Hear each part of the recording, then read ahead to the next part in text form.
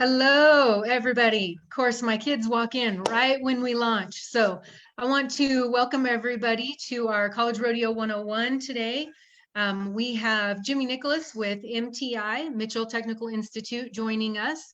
And let's just get started right into it. Jimmy, where are you guys located first? We are in Mitchell, South Dakota, home of the world's only corn palace.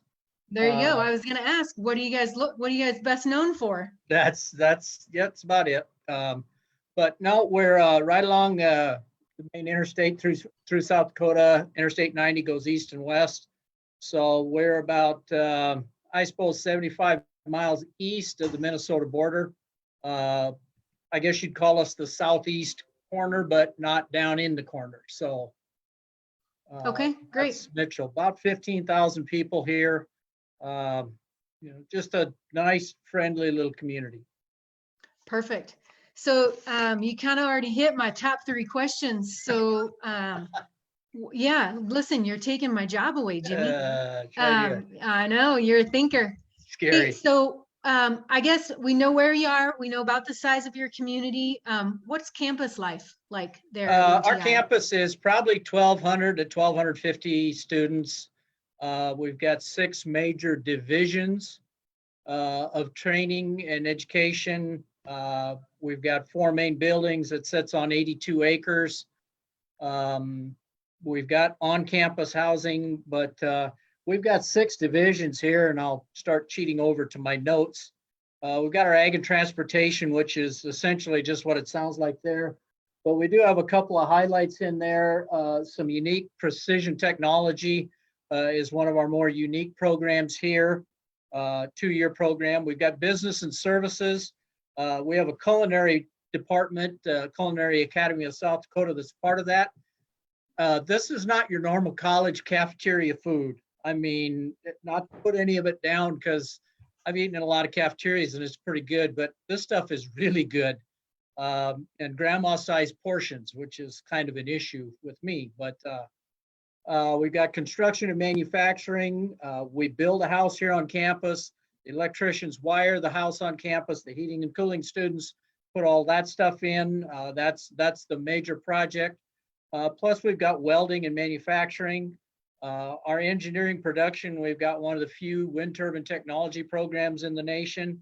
And then our power line transmission and distribution and maintenance program is state of the art. And well known throughout the nation. We've got our engineering department, supervisory control and data acquisition, which is an automated controls type of path. Our health sciences, radiation technology, along with our medical lab and medical assist programs. And then we do have an online presence, small business management, and a couple other opportunities over there. If I had to say anything about the school, and I'm a product of both 2- and 4-year educations, we've got a bunch of faculty and staff here that will do anything they possibly can almost to make sure you're successful here. And I can't kudos to them on a daily basis because of, and this is the prime example, with what I know they're going through right now to make sure their students are well prepared going out into the workforce. Yeah, that sounds great. So our goal, Jimmy, as you know, and I got to give kudos to you. You really are the one that kind of launched this. You made, this is all your fault, Jimmy. You made this Facebook post.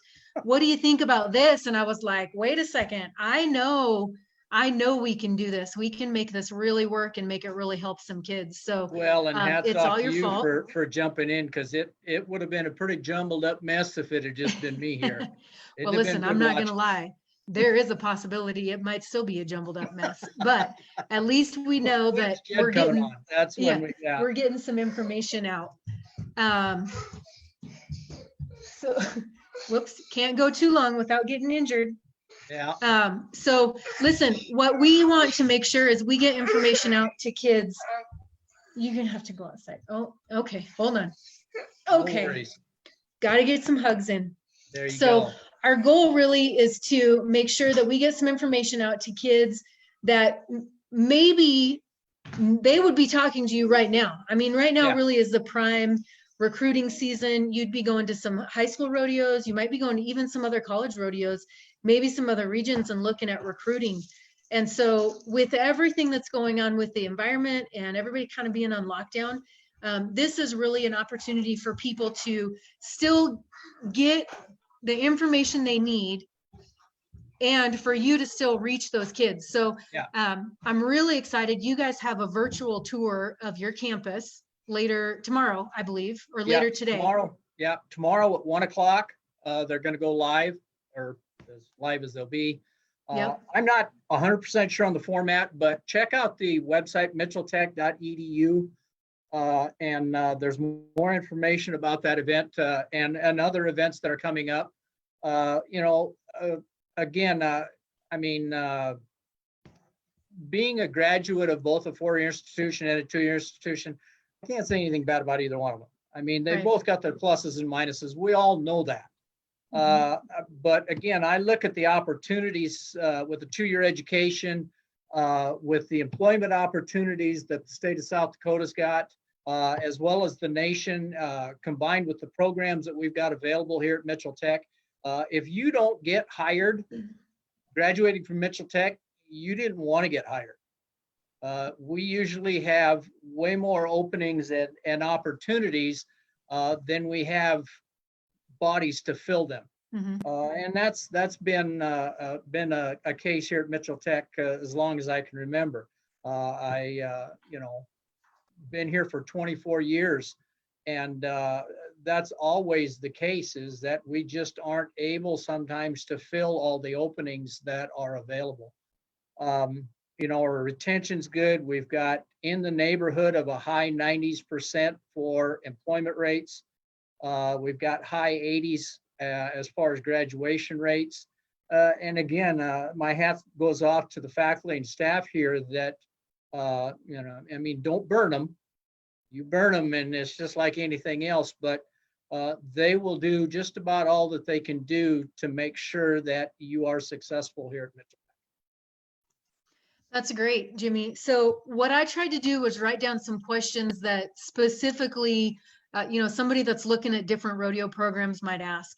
I know that the culture is kind of changing a little bit. I know it was pretty rare for colleges to have their own practice facilities and their own stock, but I know that it's kind of changing. I know we have some colleges out in Central Rocky Mountain region here where I'm at in Casper that have their own facilities. So let's talk about that a little bit. I skipped a couple questions, so we're gonna have to come back to those. But do you guys have your own practice facility? I mean, what does it look like for practice for rodeo for you guys? Right now, we do not. And I haven't checked my ticket from the lottery. Who knows? We might have one by this fall. But we don't. There is a boarding facility that's about 5 miles from campus, and that's where the majority. There are a few other places around that'll take 2 or 3 horses here, 2 or 3 horses there. They do have the capability at this to handle quite a few horses. So that's generally where I have students start looking. We've got an arena, our pro rodeo, which isn't going to happen this summer, but is north of town. They rope steers out there a couple nights a week. It's kind of one of them deals when I look at it on one side. I've got a couple pastures full of bucking horses that are about 2 hours away from here. I've got 3 or 4 yards full of bulls that are about that far away. I can't lease them and take care of them and do all of that for what it costs me to jump in the car every couple weeks and run over there. So I look at it at that. I will do the most that I can possibly do to make sure we get you some practice capabilities or some opportunities. That being said, I'm probably a little bit in the minority, but I'm hoping that if you show up here in the fall, again, this summer is going to be different, but I'm hoping you've been rodeoing all summer to some degree. And that, the fall season is just going to kind of be an extension of that. In the spring, it's different. We're gonna have to shake the rust off, probably get horses legged up and such. And that's a different perspective. But I've also kind of, in those situations too, all winter long, I rode bulls for 20 years, and you can ride a lot of bulls in your head and never get thrown off.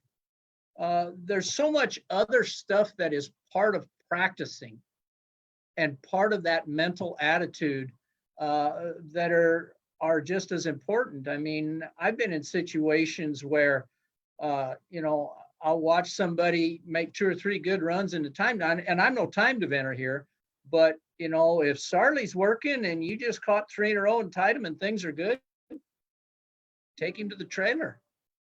Don't practice and practice and practice just for the sake of practice. We don't have the opportunities that some of the other schools do, but in comparison to that, I think we've got one of the best travel plans in the state of South Dakota and in the Great Plains region. We are in a prime location here, being about dead center in the Great Plains region, which is North and South Dakota, Nebraska, Iowa, Minnesota, and Wisconsin. We're about 6 hours from everything. It's 2 hours to Brookings and it's 8 hours to Dickinson, so that kind of averages out. But right now, if things stay the same as they have in the past, it will cost you $60 before we leave the parking lot for an 800-mile round trip and 3 nights in a motel room. I've got the school cards in my pocket, so fuel and motels I cover with those. Now, the advantage there, and if there's any parents out there, they're probably digging onto this right away, is that Junior doesn't have anything on his credit card that he has to wait for me to get over to the business office and get a reimbursement check and do all of that razzle-ma-dazz. And now it's past his payment date and he just paid interest on money that was just kind of hanging out there. I guess if I was going to say, what's the advantage of coming to Mitchell Tech?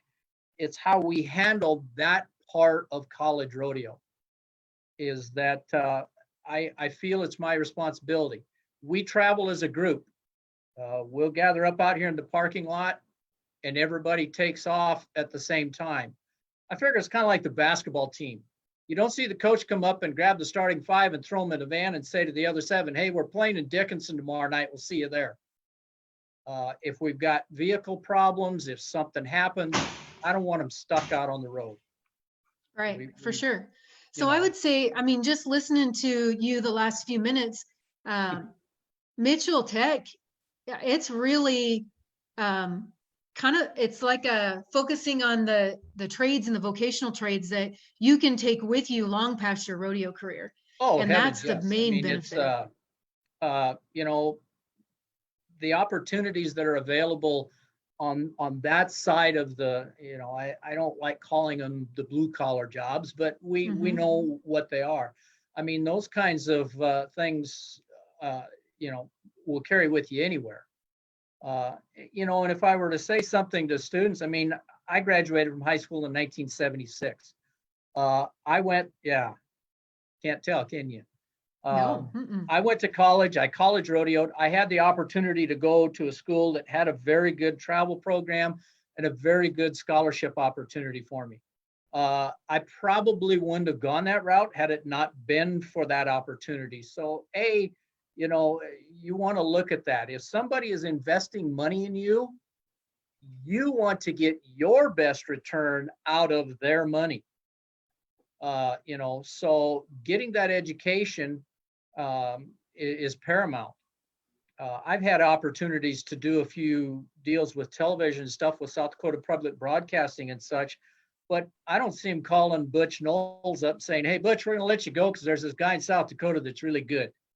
Yeah, that's not going to happen. And I see so many guys that I rodeoed with that, probably would be in a little better position right now had they, done things a little bit differently.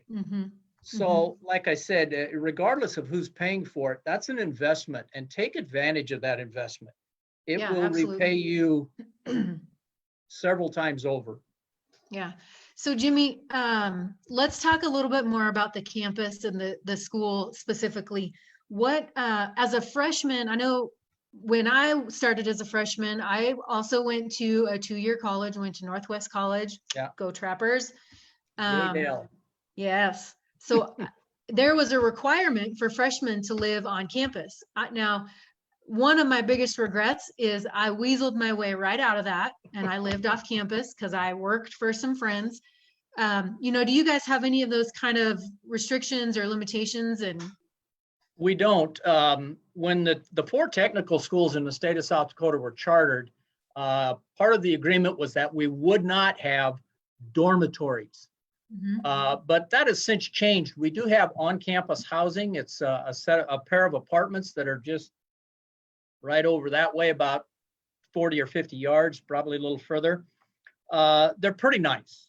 okay. They've got a full kitchen in them. There's some singles, some doubles, and some quads. The doubles and quads have everything but a dishwasher in the kitchen. Individual bedrooms and such. So it's the convenience factor there. Yeah, Like I said, we're similar. on 82 acres with 4 main buildings, and it's a 10-minute walk from one end of campus to the other. You don't have to get your car moved off the street if it snowed last night. You don't have to worry about keeping your lawn picked up, so on, so on, so on. They are convenient. You pay for that convenience a little bit. They are a little more expensive than some of our off-campus housing places here in town. But we've got a lot of apartments and a lot of stuff that's on the south end of Mitchell here on the south side of the interstate that are pretty reasonable as well. So it's your option which way you want to go, if you want off-campus housing or if you want to be here on campus. Okay. Again, we've got that culinary department, and it's not uncommon to see students buy 2 portions of a meal today, go back to their apartment, eat, and stick the other one in the fridge. I talked to some students last year and I said, "What are you doing?" He said, "I don't have to cook. And I never have the same thing twice a day." He said, "I'll have what we had yesterday, tonight, and for about $8. I went to McDonald's today for lunch and it was 10. I don't eat much anymore. So it's So, pretty affordable. those kinds of opportunities with a small campus like this, like I said, about 1,250 students, but again, with the housing, which way do you want to go? Right. Perfect. That sounds good. Is there anything else you want to add, Jimmy? I've got a couple of highs, and Barry Volk says, "Hey, Jimmy Nicholas, how are you?" But I haven't got any questions. I would add, for those of you that are viewing, or if you're rewatching this later, you didn't catch us live, just comment and we'll respond. We'll get question or answers to your questions and get it back to you as soon as we can. Jimmy, did you want to add anything before we wrap up? Again, and it's college rodeo as a whole, and I'm sure you feel the same thing. That's a time in my life that I wouldn't trade for anything. College rodeo is an extension. It's a little bit different. It's the same as what we're used to going to any other kind of rodeo, but yet you've got all those trapper vests and you've got all of those other vests. But I think one of the really cool things is nobody looks at a vest. Right. At least at the contestant level, that and especially, you see it more obviously down at Casper at the college finals, whoever's around, different team roping partners from different schools, different hazers, 2 or 3 different colored vests up behind somebody in the bareback riding. It is a camaraderie that you will not find anywhere else. That's a group of people that I keep in touch with probably more than the people I graduated from high school with. Yep. That's a group of people that I envy my wife sometimes, because she has her little coffee clutch that they go together on Saturday mornings and stuff. And they've been doing their social distancing in the backyard, 6 foot apart on lawn chairs with a glass of wine. If I have a question that I really needed to ask somebody, it's going to be a phone call away, because they live, who knows where. Yeah. And like I said, that college rodeo experience is like none other. that's a group that will become a lifelong network for you. And it's just, if it prepares you for the next step, if you're going to go to the next step. Yep, I would agree with that. So thanks, Jimmy, so much. I appreciate you coming on and joining us and kind of being the brainchild behind all of this. I want to let everybody know that we're going to be doing these. We originally started, let's do them once a week. It's not going to be a big deal, but we really have gotten a lot of people are sharing it. It seems like there's a lot of interest in getting this information out. And so we are going to be meeting right here live on Facebook, Monday, Wednesday, Friday at 2 o'clock Mountain Standard Time. It's nice to be the one putting the meetings together, so I don't have to figure out what time that is in my time zone. Strangely, I don't know why that's so hard, but it is. I can't tell you how many meetings I've missed. So I want to let you guys know that, Jimmy joined us today. On this Friday, we're going to have the college from CSI, Steve Burney, join us. And next week, we've got a full schedule as well. I'm trying to get to that schedule. If you guys that are viewing or watching have a college in particular that you have questions for, or maybe you are thinking about going to look at, give us a holler. Reach out on Bullfrog Creatives and send me a message and let me know, if you're looking at the school and you want to ask questions specifically and you want to have that conversation, we can facilitate that here, or I can at least point you in the right direction and get you some contact info. So reach out to us. Next week, I'm happy to report we're going to have Jet Johnson from Casper College, CJ Aragon from Sul Ross, and then we're going to head on up to the Big Sky region and speak with Andy Bolich from Montana State University. That one will be fun, I think. I went to the college at the University of Montana, so I'm a Grizz. We might have some fun with that one. So anyways, if you guys have questions, reach out to us, and we'll see y'all on Friday at 2. Thanks, Jimmy. You bet. You guys take care. Rock on.